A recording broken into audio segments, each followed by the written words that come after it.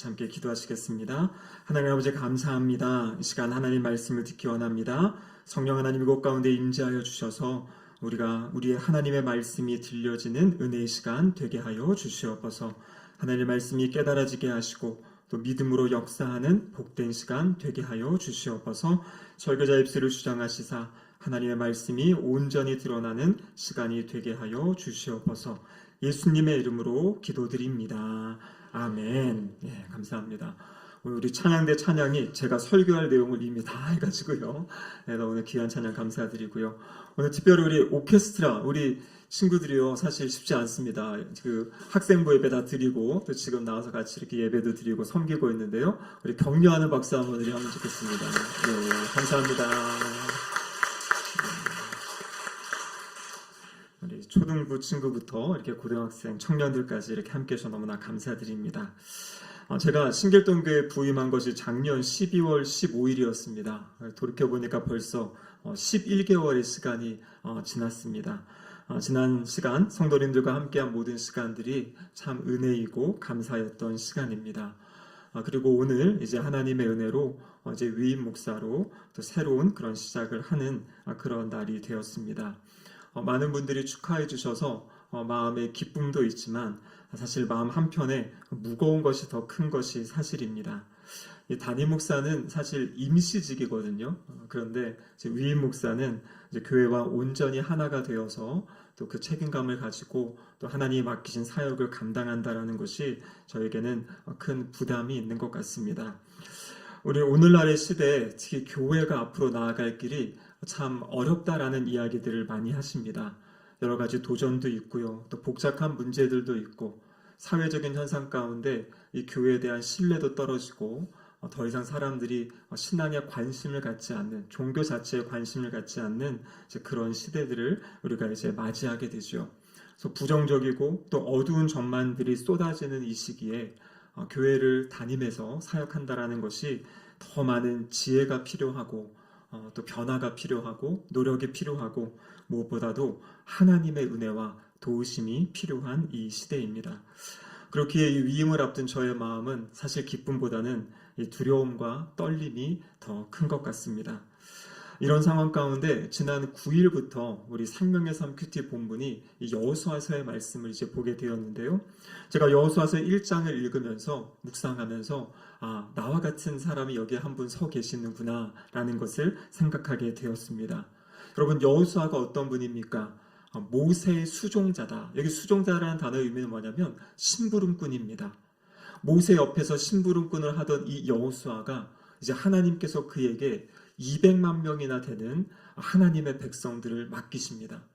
그리고 이제 여호수아가 감당해야 될 일은 이 광야 생활을 마치고 하나님이 약속하신 그 가나안 땅, 그 땅을 정복해 들어가야 됩니다. 사실 이 가나안 땅은 하나님께서 아브라함 때부터 이스라엘 백성들에게 약속하신 땅이고요. 선물로 주시겠다고 하신 땅입니다. 근데 이 땅이 그냥 받아 누릴 수 있는 땅이 아니라 전쟁을 해서 그 땅의 백성들을 이제 물리치고 하나님의 심판이지요. 타락한 그곳에 대한 그들을 이제 물리치고 그 땅을 점령해 들어가야 되는 그런 큰 사역을 앞두고 있습니다. 여러분 생각해 보십시오. 여호수아와 이스라엘 백성들은 군사들이 아니었어요. 40년 동안 광야에서 그냥 하나님 인도하심 따라 하나님 주시는 거 먹고 하나님 주시는 은혜 누리며 살던 사람들인데 이제 이 가나안 땅에 사는 사람들 이미 정착해 살고 있고요. 성을 갖추고 있고 싸움과 전쟁의 기술이 있는 사람들과 이제 맞닥뜨려야 하는 상황입니다. 그런 상황 가운데 여호수아의 모습을 보면 많이 두려워하고 떨렸던 것 같아요. 그래서 오늘 본문 5절에서 9절 사이에 이 짧은 절에 하나님께서 3번이나 강하고 담대하라 이렇게 지금 여호수아에게 이야기하고 계십니다. 특별히 9절에 보면요. 놀라지 말며 두려워하지 말아라. 두려워하지 말고 놀라지 말아라. 이렇게 말씀하시는 것이 여호수아의 그 마음, 심령 상태를 하나님이 지금 아시고 그렇게 말씀해 주시는 겁니다. 여러분, 여호수아 아주 커다란 삶의 전환점 앞에 서 있습니다. 여러분, 그런데 우리 성도님들도요. 여러 가지 삶의 전환점 또 도전적인 과제를 앞두고 계신 분들이 있는 줄로 압니다. 이제 하시던 일들을 그만두고 또 새로운 일에 도전하시는 분도 있고요. 또 새로운 직업을 찾는 우리 청년 세대도 있고요.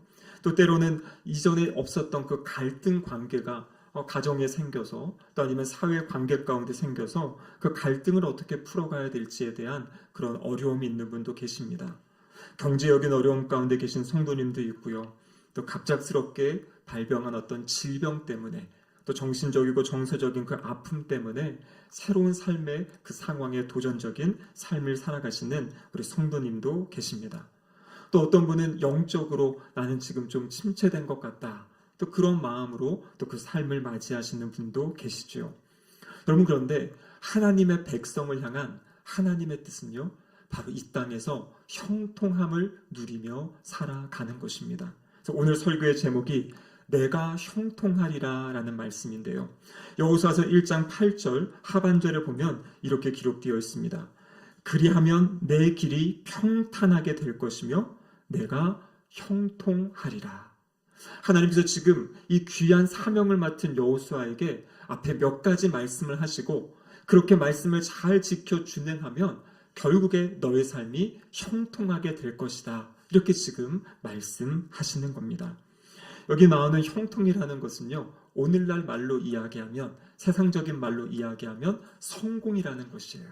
영어 성경에 보면 이 단어가 이제 성공이라고 그렇게 이제 번역된 것을 보게 됩니다.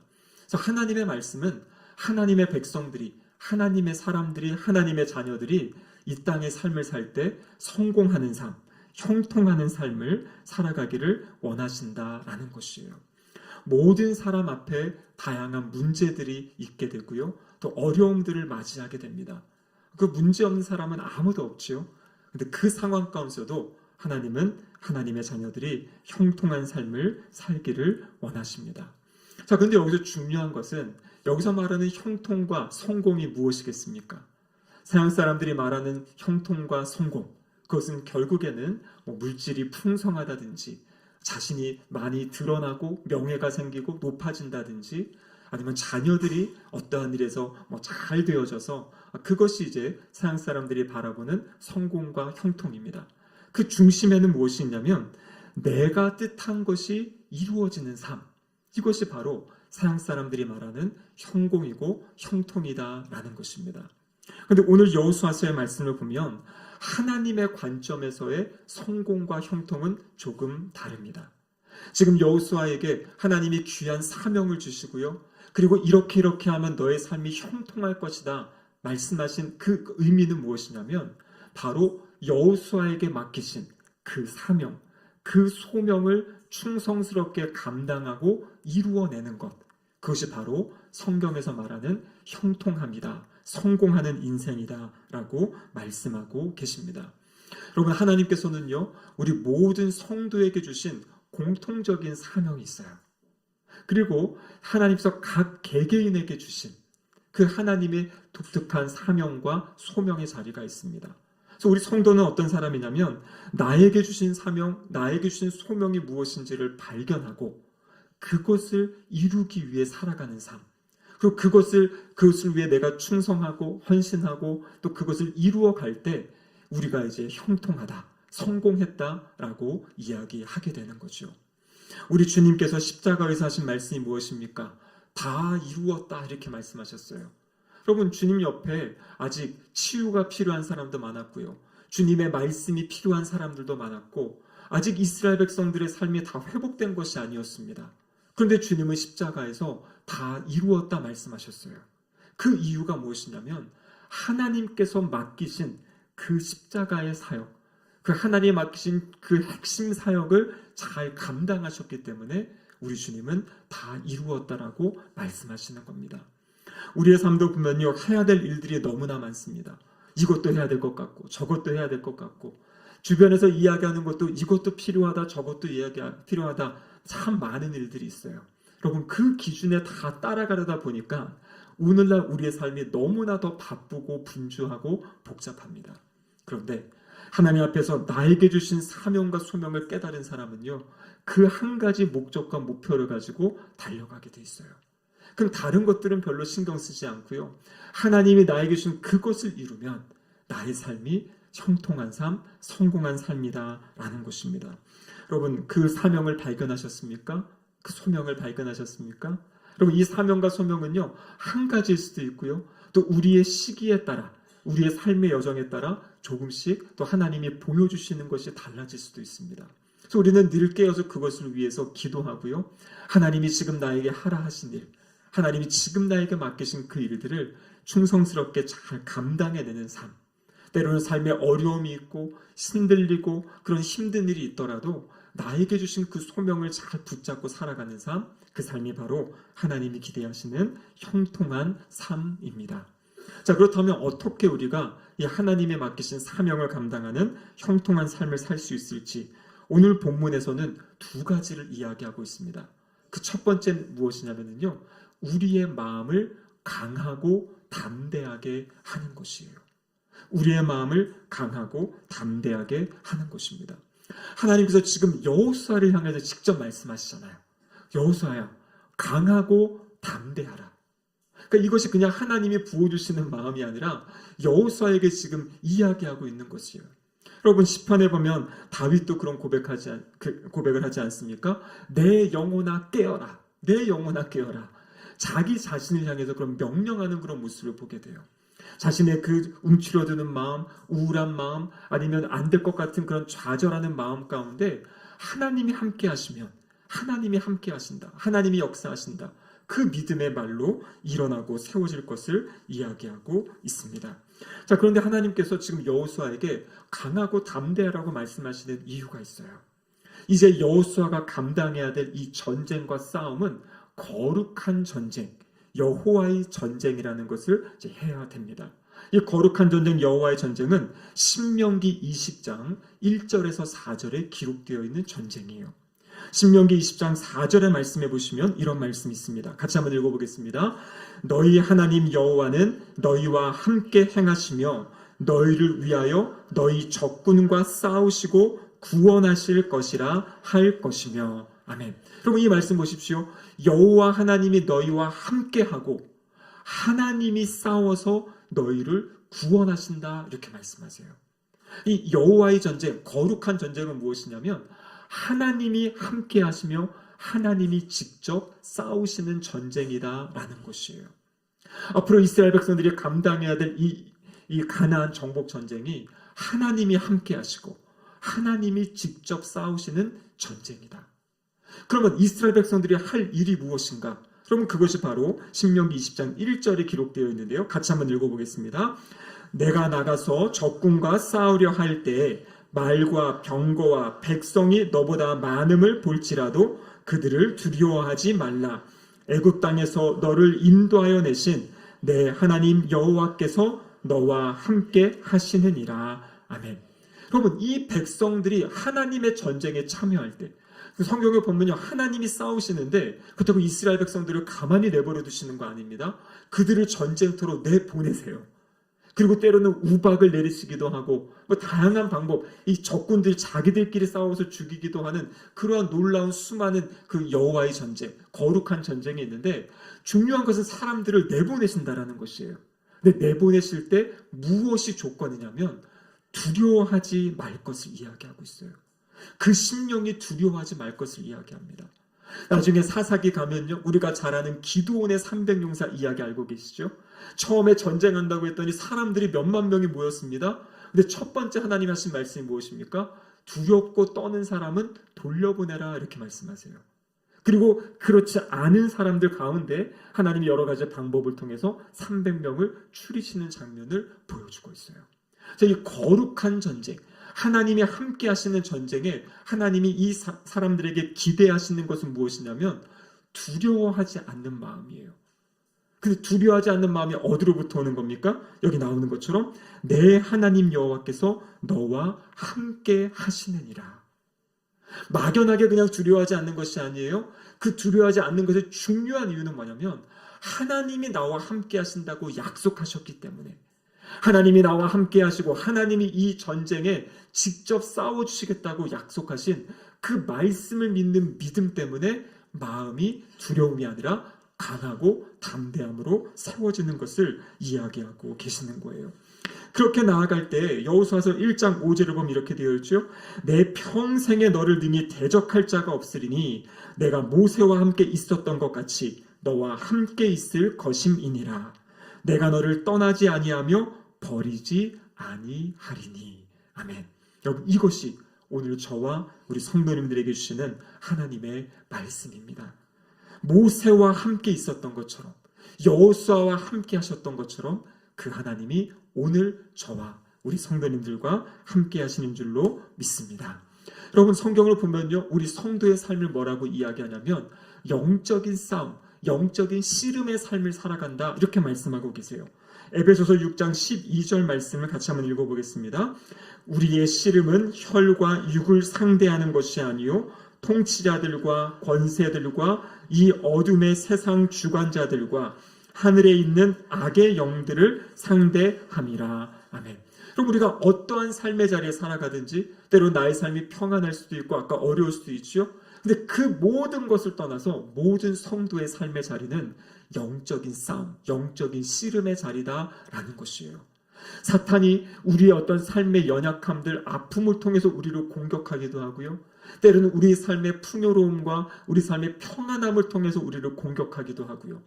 끊임없이 우는 사자처럼 성도들을 넘어뜨리고 쓰러뜨리려는, 하나님으로부터 멀어지게 하고 신앙을 약화시키려 하는 그런 영적인 실체가 있다는 것을 우리는 기억하며 살아야 된다라는 것이에요. 근데 그 영적인 싸움의 삶 가운데 우리가 어떻게 살아가야 되는가? 다른 어떤 것이 아니라 하나님이 우리와 함께 하시는 그 믿음을 가지고 살아가는 거죠. 여러분, 마태복음 1장 23절에 보면 예수 그리스도가 이 땅에 오신다 이렇게 말씀하시면서 예수님의 이름을 뭐라고 합니까? 임마누엘이라 합니다. 근데 임마누엘의 뜻이 무엇입니까? 하나님이 우리와 함께 계신다. 예수님이 이 땅에 찾아오신 것은요, 하나님이 이 땅에 오신 거잖아요. 성육신하신 거잖아요. 그리고 그 예수님이 하나님이 맡기신 십자가의 사역을 다 감당하시고 부활하시고 이제 승천하시기 전에 제자들에게 뭐라고 말씀하셨습니까? 마태복음 28장 20절에 보면 세상 끝날까지 너희와 항상 함께 있으리라. 구약의 여호수아에게 약속해 주셨던 그것과 같이 오늘날 우리 모든 성도들에게도 동일하게 말씀하세요. 영적인 싸움, 영적인 씨름의 삶을 살지만 부활하신 주님께서 언제나 우리와 함께 하신다고 약속하셨습니다. 그러면서 예수님이 우리에게도 말씀하시죠. 요한복음 16장 33절에 보면 이렇게 말씀하십니다. 세상에서는 너희가 환난을 당하나 뭐라고 말씀하세요? 담대하라. 내가 세상을 이기었노라. 여호수아에게 주신 말씀처럼 내가 너와 함께한다, 강하고 담대하라 말씀하신 것처럼 우리 주님이 우리에게 말씀하시는 거예요. 영적인 전쟁의 삶, 이 싸움의 삶을 살아가지만 내가 너와 함께하겠다, 강하고 담대하라, 우리 주님이 우리에게 말씀하십니다. 이 시간 다시 한번 우리의 마음을 주님께로 내어드리기를 원해요. 하나님이 나와 함께 하신다. 하나님이 나와 동행하신다. 그렇기 때문에 나는 그 믿음으로 나의 마음을 강하고 담대하게 세워가시는 성도님들 되시기를 주님의 이름으로 축복합니다. 이 마음가짐이 제일 중요하고 그 다음이 무엇이냐면요, 하나님께서 이제 전쟁을 수행해야 될 이 여호수아에게 어떤 전쟁의 전략이나 전술을 말씀하지 않으세요. 오늘 본문 7절에 이 말씀을 주십니다. 같이 한번 읽어보겠습니다. 오직 강하고 극히 담대하여 나의 종 모세가 내게 명령한 그 율법을 다 지켜 행하고 우로나 좌로나 치우치지 말라. 그리하면 어디로 가든지 형통하리니. 아멘. 이 말씀을 보면요, 하나님의 말씀 율법을 준행해라, 그것을 지금 이야기하고 계신 거예요.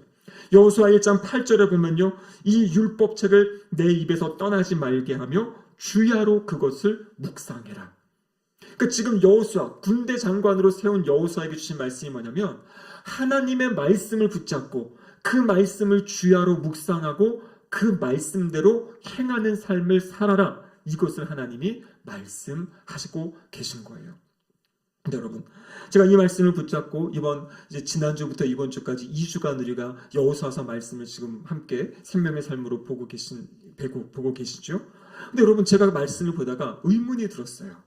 무슨 말이냐면 여호수아가 요단강을 건널 때도 그렇고 여호수아와 이 백성들이 여리고 성을 무너뜨릴 때도 그렇고 거기에 보면 무슨 말씀이 등장하냐면 여호와께서 여호수아에게 말씀하시되 여호와께서 여호수아에게 말씀하시되 그러니까 그 문제 앞에 상황 앞에 어떻게 해야 될지를 하나님이 직접 여호수아에게 말씀해 주시고 여호수아가 그 말씀에 순종해서 한 걸음 한 걸음 내딛는 장면이 여호수아서에 나오고 있어요. 그래서 저는 이 말씀을 보면서 야 그러면 여호수아가 이 백성들에게 어떻게 살아가야 될지를 이야기할 때 뭐라고 이야기해야 되겠습니까? 하나님으로부터는 음성을 잘 들으면 하나님이 너에게 이렇게 말씀하셔서 그 말씀을 따라 살아가면 그러면 삶이 형통할 것이다. 이렇게 이제 이야기해야 되는 거예요.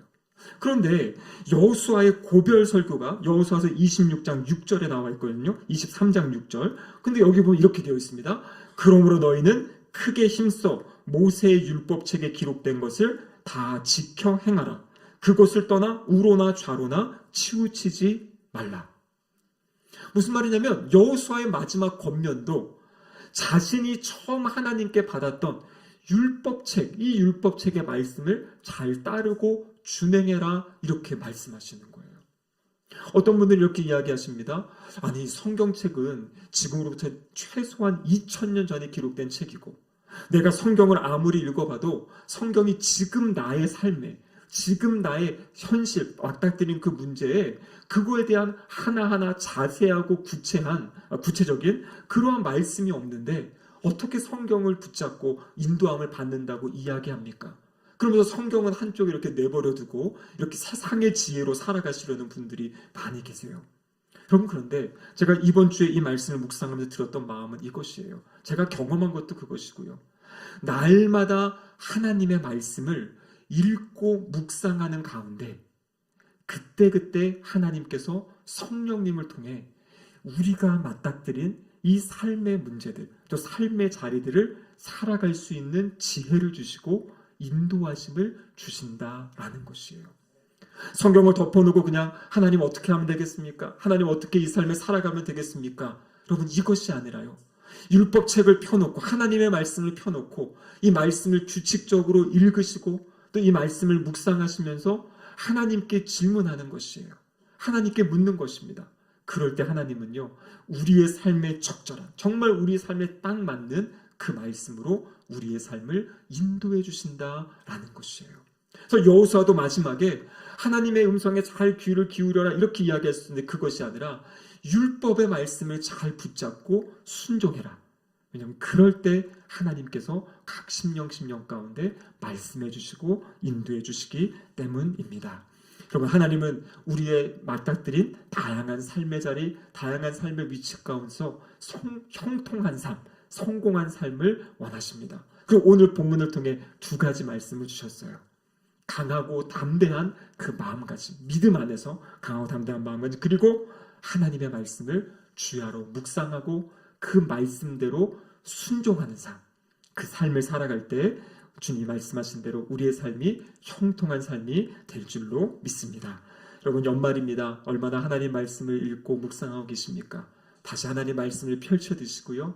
하나님 말씀을 읽고 묵상하는 가운데 우리 안에 강하고 담대한 마음도 생기고 또 하나님의 선하신 인도하심 따라 살아가는 은혜의 역사가 있기를 주님의 이름으로 축복합니다. 아멘. 함께 기도하시겠습니다. 사랑의 하나님 아버지 감사드립니다. 이 시간 하나님 말씀을 통해 다시 한번 우리가 살아갈 방향을 가르쳐 주심에 감사드립니다.